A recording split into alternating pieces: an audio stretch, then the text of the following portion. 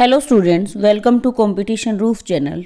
विद्यार्थियों, आज की जो वीडियो है वो बड़ी ही महत्वपूर्ण वीडियो है, क्योंकि आज की वीडियो में मैं आप लोगों को केंद्रीय विद्यालय पीजीटी हिंदी की तैयारी आप लोगों को कैसे करनी है, कौन कौन सी पुस्तकें हैं जो आपको पढ़नी है। सिलेबस हमारे लोगों के द्वारा आप लोगों को दे दिया गया है, आप पाठ्यक्रम को देख लीजिए और पाठ्यक्रम के अनुसार और उसके अलावा आपको क्या क्या पढ़ना है। तो आप आराम से बैठ जाइए और ध्यानपूर्वक वीडियो को सुनिए कि किस प्रकार से आपको तैयारी करनी है। तो सबसे पहले मैं कुछ पुस्तकों के नाम जो हैं, जो 11वीं और 12वीं की है, जो कि आपके पाठ्यक्रम में भी दी हुई है, वो बताऊंगी। आपकी एक पुस्तक है आरोह भाग 1 और वितान भाग 1, ये कक्षा 11वीं की पुस्तकें हैं। इनको आपको पढ़ना है। इसमें आपका एक गद्य खंड है और एक आपका काव्य खंड है। तो आपको इन दोनों खंडों को अच्छे प्रकार से तैयार करना है। तो विद्यार्थियों, प्रश्न ये उठता है कि प्रश्न किस प्रकार से पूछे जाएंगे। पहले आप पुस्तक देख लीजिए। इसी प्रकार से आरोह भाग 2 और वितान भाग 2 कक्षा 12वीं की पुस्तकें हैं, ये भी आपको पढ़नी है। इसमें भी गद्य खंड होगा और एक पद्य खंड होगा। फिर एक कॉमन पुस्तकें जो कि हमारे सिलेबस में दी हुई है सीबीएसई द्वारा, अभिव्यक्ति और माध्यम। ये कक्षा 11 और 12 के लिए दिया हुआ है। इसमें जनसंचार माध्यम और लेखन, सृजनात्मक लेखन और व्यवहारिक लेखन। और ये जो पुस्तक है विद्यार्थियों, ये हिंदी आधार, इसको हम हिंदी कोर बोलते हैं। कोर और ऐच्छिक पाठ्यक्रम दोनों के लिए ये बुक दी हुई है। और विद्यार्थियों, मैं आपको बता दूं, जो ये पुस्तकें हैं, हम जो 4 पुस्तकें मैंने आपको बताई है, ये केवल कोर, हिंदी कोर अर्थात हिंदी जो बेसिक बुक है वो है। आपको ये पता होगा कि 11th-12th में हिंदी की ऐच्छिक किताबें और कोर किताबें, ये दो हिस्सों में डिवाइड हो जाती है। कोर जो हिस्सा होता है आर्ट्स वाले विद्यार्थियों पर होता है, और जो इनका ऐच्छिक हिस्सा होता है, वो जो हिस्सा होता है वो साइंस बैकग्राउंड वाले विद्यार्थियों के पास होता है। हालांकि प्रश्न वहाँ से भी रहते हैं, लेकिन जो ज़्यादा प्रश्न रहते हैं आपके जो पाठ्यक्रम इस बार का इन्होंने जो दिया है वो कोर हिंदी का ही ज़्यादा उठाया है। तो आप इस बात को ध्यान रखेंगे। अब विद्यार्थियों, इन पुस्तकों में आप ये कंफ्यूज रहते होंगे, क्या लेसन के अंदर की स्टोरी पूछी जाएगी, क्या पूछा जाएगा। देखिए, सबसे पहले तो मैं आपको बता दूं कि जैसे आरोह भाग 1, 2 पाठों के जो नाम हैं और उन नाम के जो राइटर हैं, कवि या लेखक या कवयित्री हैं, उनको आपको याद होना चाहिए। टिप्स पे आप उनको याद कर लीजिए। उसके बाद उनका जो जीवन परिचय है, उन लेखकों का क्या है, जीवन परिचय है। जीवन परिचय में उनका सब कुछ आ जाता है विद्यार्थियों। उनके पुरस्कार आ जाते हैं, उन्होंने कौन कौन सी रचनाएं रची हैं वो आ जाता है, और उनको उनके जीवन संबंधी बारे में भी आ जाता है। फिर जो पाठ आप पढ़ रहे हो उसकी आपको स्टोरी पता होनी चाहिए, क्योंकि कई बार कैसा होता है, डायरेक्ट स्टोरी से क्वेश्चन डायरेक्ट ना पूछ के इनडायरेक्ट रूप से आपसे प्रश्न पूछ लिया जाता है। तो इसलिए आपको बहुत टाइम नहीं लगाना है, क्योंकि अगर आप एक एनसीईआरटी को पढ़ने बैठते हो, मुश्किल से हर उसमें 7 से 8 पाठ ही दिए हुए हैं। 11वीं में मुझे जहाँ तक ध्यान है, मैंने खुद उस पाठ को पढ़ा है, एक में 10 पाठ हैं और एक में 11 पाठ हैं। तो आप 10 और 11 का रेशो मान लीजिए विद्यार्थियों। अगर आप डेली का भी 1 या 2 पाठ निपटाते हो तो आप जो है 15 से 20 दिनों में आप एक एनसीईआरटी को ख़त्म कर लेंगे। लेकिन चूंकि आपका एग्ज़ाम जल्दी ही होगा, डिपार्टमेंटल एग्ज़ाम की उम्मीद है कि इस बार जो है दिसंबर एंड में हो जाएगा डिपार्टमेंटल, उसके बाद आप लोगों का डायरेक्ट रिक्रूटमेंट वालों का पेपर होगा। तो विद्यार्थियों, आप अपने टाइम को 2 लेसन से 4 लेसन की तरफ बढ़ाइए कि एक दिन में आप 2 पढ़िए काव्य खंड और 2 पढ़िए गद्य खंड, यानी एक आपकी 11वीं की पुस्तक से एक दिन में आप 4 लेसन आप पढ़िए। इस प्रकार से आप इसको पूरा कीजिए। अब बात ये आती है, क्योंकि पाठ्यक्रम में इस बार 11वीं और 12वीं का ही सिलेबस दिया गया है, लेकिन विद्यार्थियों आप इनके लास्ट ईयर के पेपर उठा के देखिएगा। कभी भी ये जो होता है केंद्रीय विद्यालय, ये केवल 11वीं 12वीं से प्रश्न नहीं पूछते हैं, आपसे बेसिक हिंदी के जो किताब हैं वो प्रश्न भी आपसे पूछते हैं, क्योंकि इन्होंने साफ साफ ये बात मेंशन की हुई है कि आपसे स्नातकोत्तर लेवल तक के प्रश्न पूछे जाएंगे, यानी कि आपसे एमए लेवल के प्रश्न पूछे जाएंगे। तो आपको जो आप नॉर्मली आप पढ़ते रहते हो वो आपको हिस्सा पढ़ना है। आपका यदि बेसिक कवर है तो मैं आपको एक बुक बताती हूँ जिसका नाम है घटना चक्र। आप इसके क्वेश्चन आंसर लगा लीजिए, लगभग आपका पूरा सिलेबस यहाँ से कवर हो जाएगा। और कोई बहुत ज़्यादा मोटी पुस्तक नहीं है, इसको आप एक दिन में 10 से 15 पेज का टारगेट रखिए, आप इसको साथ ही साथ लगाते जाइएगा। आप कहेंगे तो मैं भी आप लोगों को ये उपलब्ध करवा दूंगी, आप इसको कीजिए।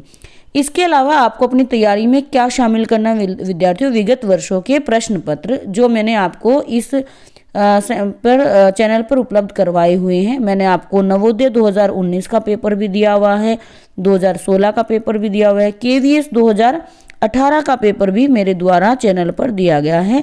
केवीएस 2018 में पेपर लास्ट हुआ था, उस समय का पेपर भी मैंने आपको दिया है। तो आप देखेंगे वहाँ पर भी प्रश्न जो है अच्छे लेवल के प्रश्न पूछे गए हैं। तो ये प्रश्न पत्र आपको लगाने हैं, चाहे वो नवोदय के है चाहे केवी के है, पैटर्न लगभग दोनों का बराबर रहता है।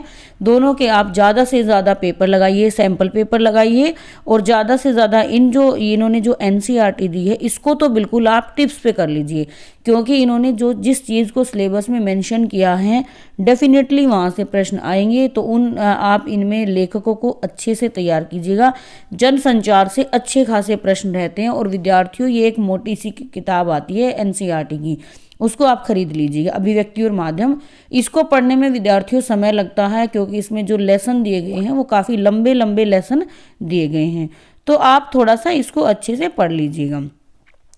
चलिए आगे हम बढ़ते हैं। आपको बात आती है कि व्याकरण खंड आपसे कहाँ से पढ़ें। देखिए, व्याकरण खंड में विद्यार्थियों वैसे इन्होंने काफ़ी सारा सिलेबस मेंशन किया है। 12th में व्याकरण खंड में ज़्यादा कुछ नहीं है, जनसंचार वाला हिस्सा इसका दिया हुआ है। और जो पाठ है, पाठ के पीछे इन्होंने कुछ दिया हुआ है, जैसे कोड मिक्सिंग दिया हुआ है, कोड स्विचिंग दिया हुआ है, यहाँ पे गज़ल छंद क्या होता है, क्योंकि गज़ल मेंशन की हुई है, तो गज़ल छंद क्या होता है, सोरठा क्या होता है, इस तरीके की व्याकरण जो है 12वीं में ऐड है वर्तमान के सिलेबस में। तो आप उसको तो करना ही करना है। लेकिन 6ठी से 12वीं में एक आप पुस्तक आती है मानक सरस्वती की, उसको आप ले लीजिएगा। उसमें आपको विपरीत शब्द, पर्यायवाची शब्द, आपके पद परिचय, पदबंध क्या होता है, संज्ञा, सर्वनाम, ये सारी चीज़ें जो इन्होंने सिलेबस में मेंशन किया वो सब कुछ उसमें कवर किया हुआ है। उस पुस्तक को कम से कम विद्यार्थियों आपको 3 से 4 बार पढ़ना पड़ेगा, क्योंकि एक बार में कोई भी पुस्तक समझ में नहीं आती है। और आप इस चीज़ को अच्छे से कीजिए, क्योंकि व्याकरण खंड के प्रश्न यहाँ से अच्छे खासे रहते हैं। तो ये तो विद्यार्थियों मैंने आपको 120 नंबर की तैयारी आपको कैसे करनी है, क्योंकि सिलेबस जो है 120 डिपार्टमेंटल में है और आपके एग्ज़ाम में 100 नंबर का है। तो 100 नंबर का सब्जेक्ट बहुत मायने रखता है। और आप अपनी तैयारी को बिल्कुल भी विलंब ना करें, लेट ना करें, आज ही से अपनी तैयारी प्रारंभ कर दें। ये 4 पुस्तकें यदि एनसीईआरटी की आपके पास नहीं है तो इनको लाइए, एक एक लेसन की स्टोरी पढ़ना शुरू कीजिए। कभी कभी बात ये उठती है कि क्या स्टोरी के अंदर से भी प्रश्न पूछ सकता है? हाँ, बिल्कुल पूछ सकता है। मैं इसका एक उदाहरण देती हूँ। जैसे केवीएस 2018 के पेपर में एक प्रश्न 10वीं क्लास की बुक से पूछा था कि एक दंतरित मुस्कान के कवि का नाम क्या है, तो उसमें था नागार्जुन। तो ये प्रश्न केवीएस 2018 के एग्जाम में पूछा था। और ये एक दंतरित मुस्कान कहाँ लगी है? 10th के सिलेबस में लगी हुई है। 10th के सिलेबस में पूरा पद परिचय टॉपिक दिया हुआ है, और ये पूरा पद परिचय जो है आपके एग्जाम में आता है। विद्यार्थियों, यदि आप टीजीटी की तैयारी कर रहे हो तो टीजीटी में आपको 6ठी से 10वीं की एनसीईआरटी भी पढ़नी पड़ेगी। तो आपके लिए ये व्याकरण खंड लगभग सेम है, व्याकरण खंड के लिए कुछ अलग से नहीं करना है। तो आप अपनी तैयारी को बहुत अच्छे से कीजिए, हम भी आपका साथ देंगे। मैं कोशिश करूंगी, यदि आप कहते हो तो मैं आरओ पुस्तक के आपको एक एक लेसन प्रोवाइड करवा दूंगी, या फिर मैं आप लोगों को जो आपका पेडागोजी पार्ट है वो आपको उपलब्ध करवा दूंगी। मेन स्टोरी कि आपको कैसी पढ़नी है। मैं आपको जल्दी ही जो ये पुस्तक है जनसंचार के मैं आपके सामने अभी 50 MCQ लेकर आऊंगी, जो कि 12th के अभी सिलेबस में लगे हुए हैं। सिलेबस में जो कि केवीएस ने अपनी साइट पर विद्यार्थियों की तैयारी के लिए दिया हुआ वो मटेरियल है, वो हम लोगों को विद्यार्थियों को भी शेयर करते हैं, और वहीं से प्रश्न लगभग हमारे एग्जाम में भी पूछ लिए जाते हैं। तो ये जो है सिलेबस जो मैं आप लोगों को मटेरियल उपलब्ध करवाऊंगी, ये केवीएस ने हर स्कूल के संगठन में अपने भेजा हुआ है, क्षेत्रीय कार्यालयों में भेजा हुआ है, और वहाँ से हमारे स्कूलों में आता है। तो विद्यार्थियों, आप जो है अपनी तैयारी को साम दाम दंड भेद अच्छे से लगा दीजिए अपना पूरा। 2023 2024 आपके लिए ये मान के चलिए एक अच्छी अपॉर्चुनिटी है जॉब लेने की। अच्छी खासी वैकेंसी है। केंद्रीय विद्यालय बहुत जल्दी आपका सिलेक्शन करवाता है। बहुत अच्छा प्रोसेस है केंद्रीय विद्यालय का, तो आप अच्छे से तैयारी कीजिए। अगर आपको अभी भी कोई क्वेरीज है तो आप कमेंट बॉक्स में बता दीजिए। मैं कोशिश करूंगी कि अगली वीडियो में मैं आपकी क्वेरीज को सोल्व करवा पाऊँ। आप अपनी तैयारी को अच्छे से कीजिए, मेहनत कीजिए। मेहनत का फल हमेशा ही मीठा होता है। तैयारी शुरू कर दीजिए विद्यार्थी। मिलते हैं अगली वीडियो में कुछ अच्छे के साथ, कुछ नए के साथ। तब तक के लिए जय हिंद विद्यार्थियों। वंदे मातरम।